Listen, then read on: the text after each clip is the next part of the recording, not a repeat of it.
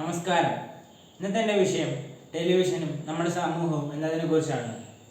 ഇന്നത്തെ കാലത്ത് വളരെ തിരക്കിട്ട ലോകമാണല്ലോ.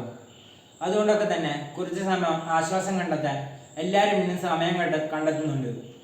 അപ്പോൾ ഇങ്ങനെ കണ്ടെത്തി എല്ലാവരും ടി വിയുടെ മുമ്പിൽ അകപ്പെട്ടു പോയിരിക്കുകയാണ്. നമുക്കറിയാമല്ലോ, ഇന്ന് ചെറിയവർ മുതൽ പ്രായമായവർ വരെ ഇന്ന് ടി വിയുടെ മുമ്പിൽ അകപ്പെട്ട് കഴിഞ്ഞിരിക്കുന്നു.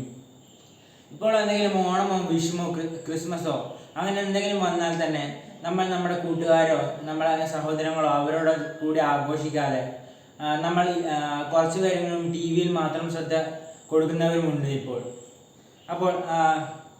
ഇപ്പോൾ ചാനലുകളൊക്കെ അടിയാണ്. കാരണം പ്രേക്ഷകരെ അവരുടെ ചാനലുകളിൽ കൊണ്ടുവരാൻ. ഇതിൽ പ്രധാനമായും പങ്കിട്ട് വരുന്നത് സീരിയലുകളാണ്. അപ്പോൾ സീരിയലുകളെ കുറിച്ച് നമുക്ക് അറിയാമല്ലോ. അപ്പോൾ ഡെയിലി ഇങ്ങനെ സീരിയലുകൾ വന്നുകൊണ്ടിരിക്കും. എന്ന് വെച്ചാൽ ഓരോ ദിവസം കൂടുമ്പോഴും അതൊരു സീരീസ് ആയിട്ട് അതിന് ബാക്കിയായിട്ട് ഇത് കൂടുതലായിട്ടും ഇരയാവുന്നത് സ്ത്രീകളും സാധാരണക്കാരായവരും തന്നെയാണ്. പണ്ടത്തെ കാലത്ത് എന്ന് പറയുമ്പോൾ ചില വാരികകളിൽ പൈങ്കിളി കഥകൾ എന്ന് പറഞ്ഞ ചെറിയ കഥകളൊക്കെ വരാറുണ്ട്. അതും ഈ ചെറുപ്പക്കാരായവർക്കും സ്ത്രീകൾക്കുമാണ് കൂടുതൽ ഇൻട്രസ്റ്റും അതുപോലെ തന്നെ കാണാനും വായിക്കാനും ഒക്കെ കൂടുതൽ ആഗ്രഹം ഉണ്ടായിരുന്നത്. പക്ഷെ എന്നിരുന്നാൽ കൂടി അന്നത്തെ ആൾക്കാർക്ക് കുറച്ച് പേർക്കൊന്നും ഇത് ഇഷ്ടമല്ലായിരുന്നു. പിന്നെ ഇന്നത്തെ കാലത്ത് പറയേണ്ട ആവശ്യമില്ലല്ലോ. ഇന്നത്തെ കാലത്ത് അതൊന്നും ആർക്കും അറിയത്തും പോലും ഇല്ല. പക്ഷെങ്കിൽ ഇതിനൊക്കെ മറികടന്നിട്ടാണ് ഇപ്പോൾ സീരിയലിന്റെ വരവുണ്ടായത്.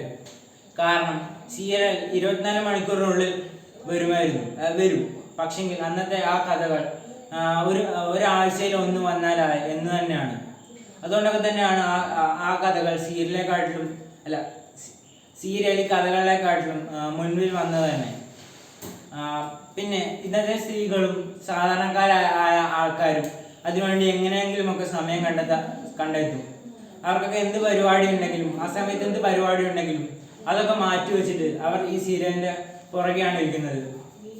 പിന്നെ ഇതിൽ കൂടുതലും വരുന്നത് സ്ത്രീകളായ നടികളാണ്. എന്ന് വെച്ചാൽ സ്ത്രീകൾ കരയുന്നതും അതുപോലെ തന്നെ കരയിപ്പിക്കുന്നതുമാണ് ഇതിനകത്ത് കൂടുതലായും വരുന്നത്. അതുകൂടാതെ സമ്പന്നരായ കുടുംബം, വലിയ വീട്, വലിയ കാറ്, വലിയ കുടുംബം അങ്ങനെയൊക്കെ ഉള്ള സീരിയലുകളാണ് ഇന്നത്തെ കാലത്ത് കൂടുതലായും ഇറങ്ങുന്നത്. പിന്നെ കുറച്ചൊക്കെ ഈ ദൈവത്തിൻ്റെ, പിന്നെ നമ്മൾ വളരെ കുറച്ചാണ് ഈ പാവപ്പെട്ടവരുടെയൊക്കെ കാണുന്നത്.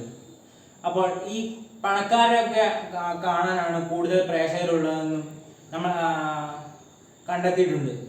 അതുകൊണ്ടൊക്കെ തന്നെ ആയിരിക്കണം ഈ പണക്കാരുടെയൊക്കെ സീരിയലുകൾ ഇന്ന് പൊതുവെ കൂടുതലായും ഇറങ്ങുന്നത്. പിന്നെ ഇതിൻ്റെ അടുത്തൊരു നെഗറ്റീവായ കാര്യമാണ് ഈ സീരിയലുകൾ കണ്ട് അതുപോലെ ചെയ്യുന്നത്. നമുക്കറിയാമല്ലോ, നമ്മൾ പത്രത്തിലൊക്കെ വായിച്ചിട്ടുണ്ടാകുമല്ലോ, ഒരു ചെറിയ കുട്ടിയും അവരുടെ അനിയത്തിയും. അപ്പോൾ ആ ചേച്ചി സ്വന്തം അനിയത്തിനെ സീരിയലുള്ളവർ കാണിക്കാൻ വേണ്ടി തൂങ്ങുകയായിരുന്നു. അങ്ങനെ കയർ കഴുത്തിൽ കുരുങ്ങി മരിക്കുകയാണ് ഉണ്ടായത്. ഇങ്ങനെ ധാരാളം ഉദാഹരണങ്ങളാണ് ഡെയിലി നമ്മുടെ സമൂഹത്തിൽ ഈ സീരിയൽ കൊണ്ടും സിനിമകളൊക്കെ കൊണ്ട് ഉണ്ടാവുന്നത്. അപ്പോൾ ഇത് മാത്രമല്ല, ഈ കുത്തും അടിയും വെടിവെപ്പും അതെല്ലാം കുട്ടികളിൽ അക്രമാസന്നത ഉണ്ടാക്കുന്നു. ഇതൊക്കെ മുതിർന്നവർ കാണേണ്ടതാണ്.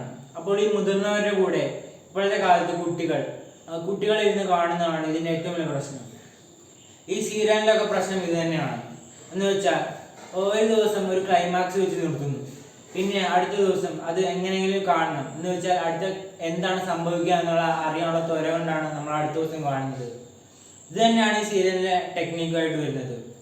അപ്പോഴൊക്കെ തന്നെ ഈ കുട്ടികളും നമ്മുടെ മുതിർന്ന സ്ത്രീകളും കൂടുതലായും സ്ത്രീകളുമൊക്കെ ഇതിൽ വളരെയേറെ അഡിക്റ്റായി പോവുകയാണ് ഉണ്ടാവുക.